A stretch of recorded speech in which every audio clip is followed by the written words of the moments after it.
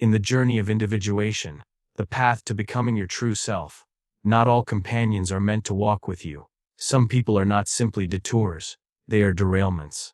Their energy does not harmonize with your inner self but fractures it, and keeps you chained to a false identity. Carl Jung said, "People will do anything, no matter how absurd, to avoid facing their own souls. And some will even destroy your peace so they never have to face theirs." There are people who seem charming, persuasive, and even kind on the surface. But what you're really meeting is not their true self. It's a mask, a carefully crafted persona meant to gain approval, control outcomes, or hide inner chaos. These individuals live not in the fullness of being, but in the safety of performance. They are not living authentically, and more importantly, they cannot tolerate authenticity in others. Carl Jung referred to this psychological facade as the persona, the social mask we wear to navigate the world. The persona in itself isn't bad. We all use it. But the danger lies in confusing the mask for the face, the role for the soul. And when someone becomes fully identified with their persona, they lose all sense of their deeper self. When you interact with such a person, you are not speaking to their soul. You're speaking to their defense mechanisms. You are relating to a carefully maintained illusion, and that illusion is fragile. Anyone who challenges it, anyone who brings realness, depth, or truth, becomes a threat. These individuals often resort to manipulation not because they are evil, but because they are terrified. Terrified of being seen, of being vulnerable, of being rejected in their raw form. So instead of revealing themselves, they shape-shift to fit their agenda. They mirror you to gain your trust, they flatter to lower your guard, and they subtly twist facts to make themselves look like the hero or the victim, whichever role suits their need at the time. Their world is built on control. And to maintain that control, they will downplay your instincts, gaslight your perceptions, and reward you only when you conform to the version of yourself that serves them. They may even present themselves as your savior, when in truth, they are only saving themselves from the abyss of their own identity crisis. The tragedy is, they don't know who they really are. But they're not looking for that truth either. They don't want a mirror, they want a stage. They don't want intimacy, they want influence. In relationship with such people, your own sense of self slowly dissolves. You find yourself second-guessing your reality, compromising your values, and feeling emotionally exhausted. You're drawn into a web that looks like connection but is actually control. And perhaps the most insidious part, they often don't seem dangerous. They're often intelligent, articulate, even empathetic on the surface. But underneath that surface lies an unresolved shadow. A part of them that was never faced, never healed, and never made whole. You must understand. You cannot help someone who is devoted to illusion. You cannot connect with someone who does not even connect with themselves. Trying to love them into wholeness will only break you. So walk away. Not with hate but with awareness. Some people wear masks not just to survive, but to avoid ever meeting their own soul. And if you stay too long in their play, you will forget you're not a character too. There are people who don't attack you directly, yet you feel weakened in their presence. It's not always what they say. It's how you feel when you're with them and after they leave. You feel emotionally drained, mentally foggy, or spiritually uncentered. These people are not always loud or obviously toxic. Some seem vulnerable, even kind. But their unconscious pattern is the same. They feed on your energy, because they don't know how to generate their own. Carl Jung would say they are deeply disconnected from the self, the vital center of wholeness within. Instead of turning inward to face their inner darkness and reclaim their strength, they remain lost in projection. And so, they seek others as emotional crutches, not companions. You become their battery. Your peace becomes their feeding ground. They rarely take accountability for their own emotional states. When they're in pain, they expect you to fix it. When they're unhappy, you're to blame. They do not look within, because doing so would require confronting years, sometimes lifetimes, of unresolved wounds. It's far easier to siphon your attention, your empathy, your time. Their tactics are subtle. They may present themselves as helpless, constantly in crisis, or perpetually misunderstood. They rarely ask how you are. They speak only of themselves. If you try to express your own struggles, they'll redirect the conversation. If you set boundaries, they'll guilt you. If you try to rest, they'll find ways to make you feel selfish. They don't take from your wallet, but from your will. This is not to say they are evil. Many of them are trapped in deep unconscious suffering. But make no mistake, suffering that is not healed becomes parasitic. Pain that is not faced becomes manipulative. Not because the person intends to harm, but because they are desperate to avoid their own shadow. Jung taught us that whatever we fail to make conscious will appear outside as fate. These people do not see themselves as energy thieves. They believe they are just unlucky, sensitive, or needing help. And perhaps they do need help. But you are not their healer. You are not a therapist for someone who refuses to take responsibility. You cannot walk your path and carry their denial at the same time. There is a difference between support and sacrifice. Compassion must have boundaries or it becomes self-destruction. And the brutal truth is cute. Some people will never feel full because they've mistaken other people's energy for their own source of life. If you continue to give, hoping one day they will finally feel whole, you will soon become empty. And when you are empty, they will not thank you. They will find someone else to drain. You must learn to recognize this pattern not through anger, but through clarity. You must develop the inner strength to say, I see your pain, but I will not carry it for you. You must allow others the dignity of their own struggle. Because when you constantly shield someone from their pain, you also shield them from their transformation. Protect your energy as sacred. Not everyone is meant to share your inner fire. Some come not to warm their hands, but to extinguish your light. Because they've forgotten how to ignite their own. It is not selfish to walk away from what depletes you. It is self-respect. It is soul preservation. And above all, it is a silent declaration that your life is your own. Among the most quietly dangerous people you will ever meet are the cynics. Not because they are overtly aggressive or violent, but because they erode your spirit without you even realizing it.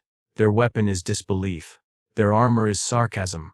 Their battlefield is the human imagination. Cynics are not merely skeptical. They are spiritually closed. They have imprisoned themselves in a worldview where nothing good lasts, no one can be trusted, and all ambition is narvi. But this isn't wisdom born from experience, it's often bitterness born from fear. Somewhere along the way, they tried and failed, or perhaps they never even tried, and the pain of missed opportunity calcified into mockery. Jung would describe this as the result of a wounded sitch that has refused integration. The cynic has seen the failure but never processed the lesson. They have encountered the darkness of the world but never searched for the light within it. Instead of alchemizing their pain into depth, they've let it corrode their hope, and what is more tragic, they now seek to kill that hope in others. They ridicule dreams, not because dreams are foolish, but because dreams threaten the bleak universe they've come to accept as truth. When you speak of your ambitions, they smirk. When you try something new, they roll their eyes. When you express faith, they throw doubt like daggers, disguised as wisdom. Be realistic, they say. But what they really mean is, stay small, like me. And if you're not conscious, if you haven't developed the strength of your inner voice, you might begin to believe them. You might shrink a little, delay your next move, question your instincts. That is how cynics win, not by direct opposition, but by slowly draining the belief from those around them. They are masters of subtle sabotage, not out of malice, but out of emotional inertia. Jung believed that the unconscious projects itself outward, and the cynic, unable to confront their own buried longing, sees it reflected in your enthusiasm, and despises it. Your light irritates their shadow. Your passion triggers their regret. So they won't attack you directly. They'll dismiss you, deflate you, disguise their despair as insight. It is easier for them to laugh at your courage than to grieve their own cowardice. This is not to say we must be blind to danger or ignore risk. Realism is important, but cynicism is not realism. It is surrender. It is the spiritual equivalent of someone who once tried to climb a mountain, fell down, and decided the mountain was never worth climbing. Now, every time you lace up your boots, they call you a fool. There is nothing noble in surrounding yourself with people who cannot celebrate your expansion. There is nothing wise in letting someone else's emotional wounds set the limits for your life. If you listen to the cynic long enough, you may find yourself not only doubting your dreams, but hating them. Not only fearing your potential, but denying it even exists. And so you must be fiercely selective. Protect your field of possibility. Guard it from those who, consciously or unconsciously, pour salt where things are trying to grow. Remember that belief is fragile in its early stages. New ideas, creative visions, spiritual breakthroughs, they all require an inner sanctuary in which to breathe and unfold. Do not argue with the cynic. It is not your job to change them, but it is your responsibility to stay true to your own inner fire. Because every time you pursue something bold, you not only liberate yourself, you give silent permission for others to do the same. And that, perhaps, is what the cynic fears most of all, the evidence that life could have been different. Do not let someone else's disillusionment become your destiny. Your future deserves more than someone else's fear disguised as logic. There are those who move through life cloaked in suffering. Not because suffering is uncommon, but because they have chosen to make it their permanent identity. These individuals are not just people in pain. We are all that, at some point. Rather, they are people who have fused their very sense of self with the belief that they are powerless, unlucky, or perpetually wronged. They are not seeking transformation. They are seeking validation for their helplessness. Carl Jung understood this well. He observed that when we fail to confront our wounds, we are consumed by them. But instead of doing the difficult, often painful inner work of owning one's trauma, these individuals outsource the blame. Their story becomes a loop in which they are always the victim and someone else is always the villain. Whether it's a parent, a partner, a boss, or even life itself. What makes this dynamic especially draining is not just their pain, but their refusal to evolve beyond it. They narrate their experiences not to process and release them, but to reinforce them. Each retelling of their tragedy becomes a wall, a fortress that keeps out accountability. When something goes wrong, they never ask, "What can I learn from this?" Instead they ask, "Why does this always happen to me?" The archetype Jung referred to here is the wounded child, or the eternal victim. In myth and psyche, this archetype serves a purpose. It calls for protection, healing, and recognition. But when a person clings to this identity long after the moment of wounding has passed, it becomes a mask for stagnation. Growth requires responsibility, and the perpetual victim fears responsibility more than suffering, because taking responsibility would mean giving up the excuse of helplessness. They may even appear emotionally intense or spiritually deep. They speak the language of trauma fluently, often drawing in others with their vulnerability. But over time, you begin to notice a pattern: nothing changes. The pain is constant, the world is always unfair, and every suggestion for empowerment is either dismissed or twisted into an accusation. If you try to help, you're not helping enough. If you set boundaries, you're abandoning them. If you succeed, they feel betrayed. Their unconscious goal is not resolution. It is reinforcement. They seek listeners, not solutions. They want sympathy, not insight. They avoid accountability because that would require them to confront the parts of themselves that have participated in their own suffering. And perhaps most tragically, they cannot allow others to grow, because your growth becomes evidence that they too could have changed, but chose not to. This pattern is more than emotional. It is spiritual. For as long as they refuse to own their choices, they remain trapped in a loop of inner powerlessness. And worse, they begin to entangle others in that same loop. The more you offer support, the more it is demanded. The more you give, the more guilt you are made to carry. Your presence becomes a crutch, and your boundaries become a threat. Jung taught that the soul demands individuation, the integration of all aspects of the self into a whole, responsible being. But the perpetual victim resists this process at every turn. They externalize their shadow instead of integrating it. They project their failures instead of reflecting on them. They seek rescuers, not mirrors. And here is the hard truth: the longer you stay entangled with someone who refuses to grow, the more you begin to shrink. You become their caretaker, their emotional regulator, their surrogate self. And slowly, you start to forget that you are not responsible for someone else's refusal to evolve. Compassion does not mean enabling. Kindness does not mean self-sacrifice. At some point your own soul will whisper, "You cannot carry someone who has chosen to stand still." And when that moment comes, you must let go, not with cruelty, but with clarity. You are not abandoning them, you are allowing them to finally face the truth of themselves. Because sometimes, the most loving thing you can do is to walk away. And let someone find their strength in the silence you leave behind. Some people don't just avoid depth, they are threatened by it. They live on the surface of life, where everything is simple, predictable, and comfortably shallow. It is not because they lack intelligence or experience, rather, it is because they fear what might emerge if they looked beneath. Depth terrifies them.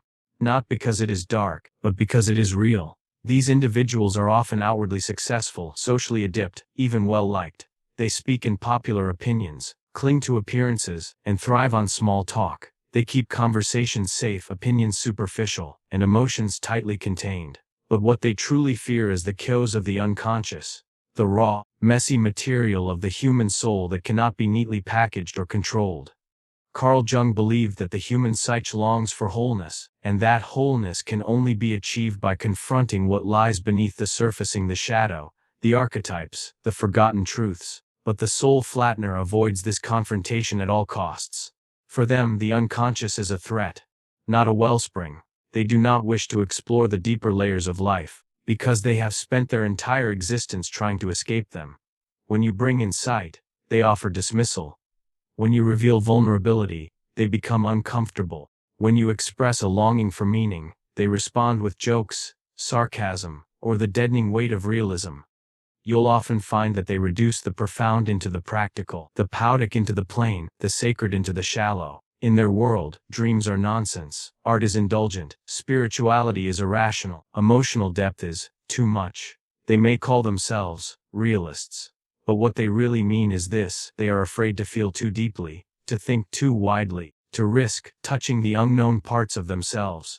And if you spend enough time with them, something tragic begins to happen. You begin to second-guess your own depth. You start censoring your voice, dulling your curiosity, and hiding your spiritual hunger so that they won't feel confronted. You shrink not because they asked you to, but because their entire presence sends a message: don't go too far. Don't think too deeply, don't feel too much. It's not safe here.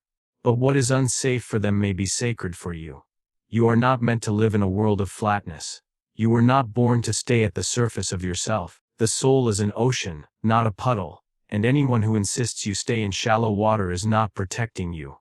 They're protecting their own fear. Jung would say that such people are over-identified with the persona and terrified of the shadow. They want only what is visible, approved, and socially acceptable. But what is acceptable to society is often fatal to the soul. The life of the spirit does not obey the rules of appearances. It demands authenticity, exploration, and inner risk. The soul-flattener avoids all of this, and they'll do whatever it takes to keep others from wandering too deep. Sometimes they do this with criticism. Sometimes with ridicule. Often it's more subtle: a look, a sigh, a dismissive comment that turns your moment of truth into something awkward or irrelevant.